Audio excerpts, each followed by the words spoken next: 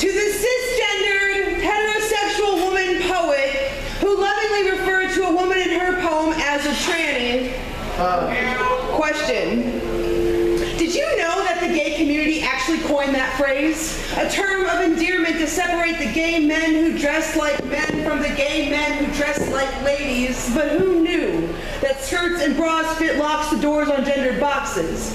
Who knew the liberation and terror of discovering a woman living within your legs? Who knew that gender was becoming its own art form? Our bodies the canvas, our clothing the paint. In 1969, when the police raided Stonewall, when they insisted the female dress lift up their skirts to have their gender be verified by the content of their panties, it was already clear that to don a penis and a skirt simultaneously was an arrestable offense. When the trans women of color said no and threw the first bottle, when the brawl spilled out into the streets, when bags of garbage were stuffed into windows and gasoline doused the bar, when the first match was lit, when the movement began, it was indeed a gay liberation movement. A movement where, years later, gays wanting marriage and kids and hospital visitation rights whispered into the ears of lobbyists, "We just like you.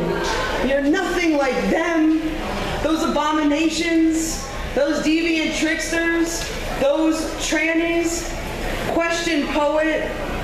In the year 2014, before Ashley Sherman was shot in the head behind a housing complex in Indianapolis, before a sanitation worker happened upon Tiffany Edwards' dead body in Cincinnati, before Mia Henderson was beaten to death in an alleyway in Baltimore, before Candy Hall was disposed of in a field, before an unnamed trans woman in Bushwick has a piece of plexiglass brought down on her head, what word do you think was the last word they heard?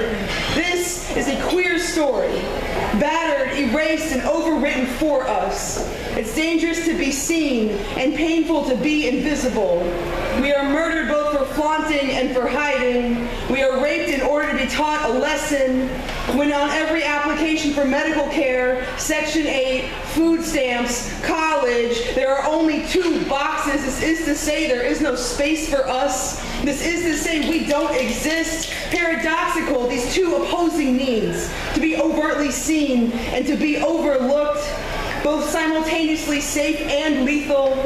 The hope is in the convergence, to be recognized and offered space as a valid human body, to be normalized to the point of being unquestioned, to be seen safely without question. What will you make of us when we are just our queer bodies?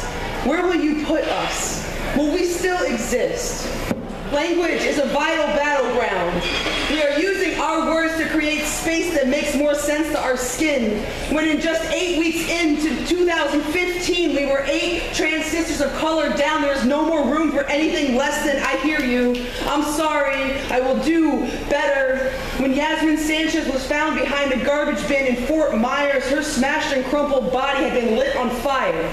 Funny how people keep making faggots out of us, keep tucking tranny into our binders and packers, our skirts and heels like kindling, keep making us into deviant tricksters, magicians with secrets hidden up our skirts and bound against our chests.